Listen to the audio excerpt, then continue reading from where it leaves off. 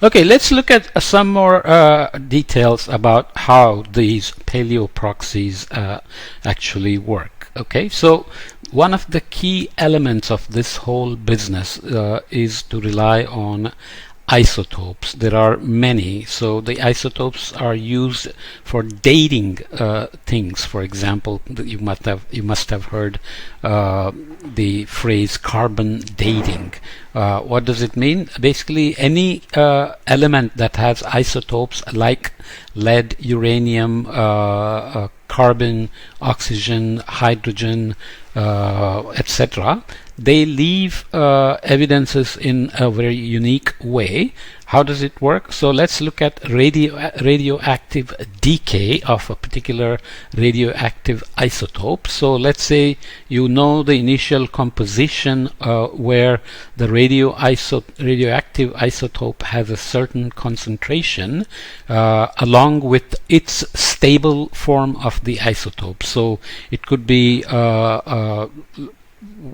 yeah, I don't want to mention anything specific. So just imagine there is an isotope which has a radioactive version and a stable form, radioactive form and a stable form. So radioactive form is basically going to decay over its so-called half-life, so it's constantly splitting into a stable daughter product and disappearing. So you can see that you had more of these red radioactive isotopes here, but it has decayed into these daughter stable product, and the red dots have reduced and the blue dots have increased, and that's even more so here. And by here there's far fewer red radioactive isotopes compared to the blue stable daughter isotope. So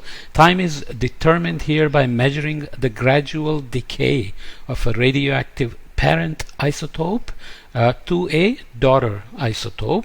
The half-life is the time needed for half the parent to decay to the daughter. The relative abundances of parent and daughter isotope follow the trends shown here. So you start with a number of radioactive isotopes in a sample. Let's say you took a rock sample that has outcropped somewhere, and you want to see how old it is and then what other information it can give. Pretty much everything we know comes from these kinds of techniques. The chronology or chronometers are locked in with this kind of information. So here you are starting with parent isotope and daughter isotope.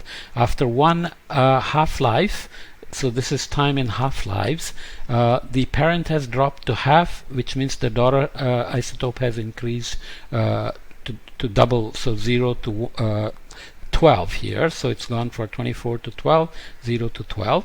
In two half-lives, the parent has dropped to 6 and the daughter has gone to 18, and by the end you have here by three half-lives, so this is an exponential decay obviously, so the increase will not be linear necessarily.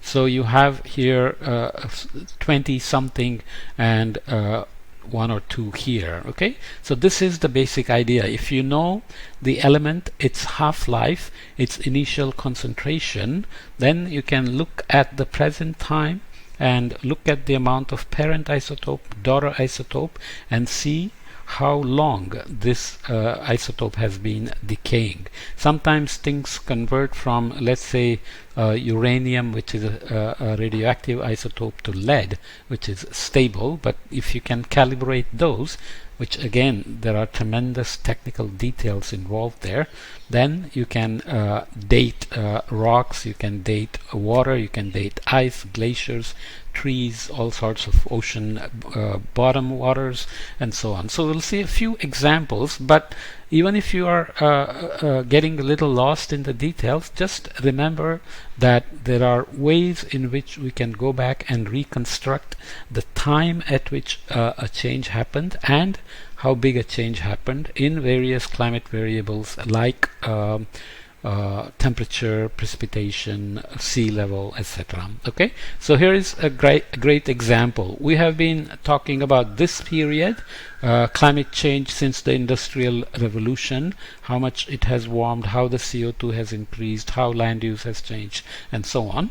How do we go back beyond where the instrumental record basically doesn't exist? So measured temperatures, directly measured temperatures, for example, are available from about 1850 or so. Similarly, for sea surface temperatures, there are other quantities like Indian monsoon data that's available from about that time. How do you go back in time? Basically, we use these paleo proxies that we mentioned. So the yellow line here is the paleo proxy, and immediately you see that this range shown in this gray band with lighter yellow lines is the error or the standard deviation of the data from that time as you go back. Okay, so global mean surface temperature reconstruction, we call it reconstruction because we are using various proxies to say how much temperature has changed with respect to some baseline. Okay, so and uncertainties in this range for the years 0 to 2000 period from pages 2K, which is a paleo climate and global change program. This is the observations from 1850 to 2017 and so on. So you can reconstruct the past relative change with respect to some baseline. Typically you would use something like 1960 to 1990 or the 20th century and so on, depending on your purpose. But you are seeing here degree centigrade anomaly with respect to 1961 to 1990 baseline. So you cannot get direct temperatures, and you often almost never get absolute temperature. You just get a change with respect to a baseline. Okay, that's something very critical to remember. So to extend that time scale from here 0 to 2000 years, you can go back over the Holocene, and you can again see there are multiple constructions done. Typically paleoclimate people put the time backward, so we are starting here at the Cambrian 540 million years ago coming forward. So let's go back. So multiple constructions exist that show little ice age, the medieval warming, the climatic optimum that happened around 6,000 years or so, lasted for a couple of thousand years, but you can see the uncertainty begins to increase. And then you can also see the time scale of variabilities changing as well. As we go beyond the the beginning of the Holocene, end of the last ice age, into the last periods of ice age to about 500,000 years here. So the scale is not linear, so be careful. So thousands of years before present. You have here 100,000 year kind of beat. You can see here, and this period is 100,000. You're getting a 41,000 year beat in this data in this period here, going from 500,000 to about 5 million years ago, and it is jumping out of the below this baseline to above this baseline here. So you can see polar ocean equivalent delta T is being shown here. Change in temperature with respect to the modern period. So this is this modern period here. Again, different resolutions in time. The wiggles tell you how well resolved the data is, but be careful, these are thousands of years here, so this is not a very high resolution compared to here, for example.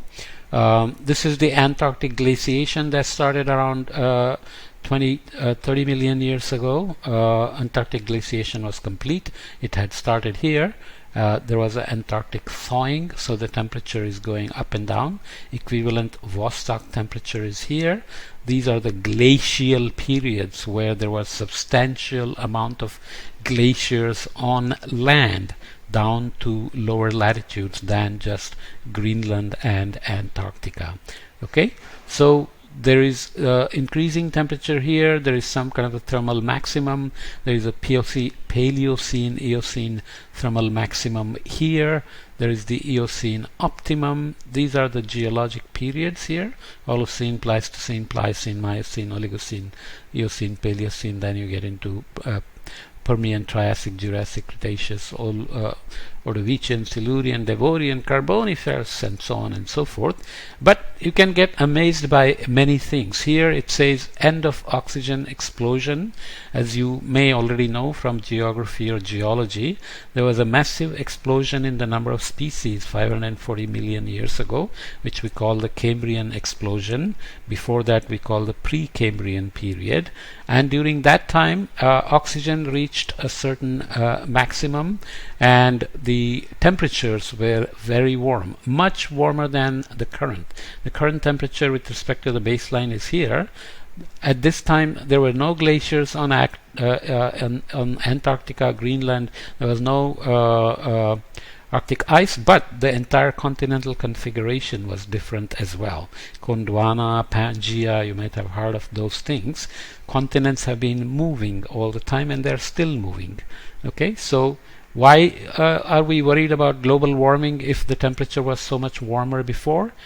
Obviously because we were not around. We only arrived on the scene in the last couple of million years ago, and it's not clear we can survive these kind of temperatures, or what will happen if temperatures go back to these levels.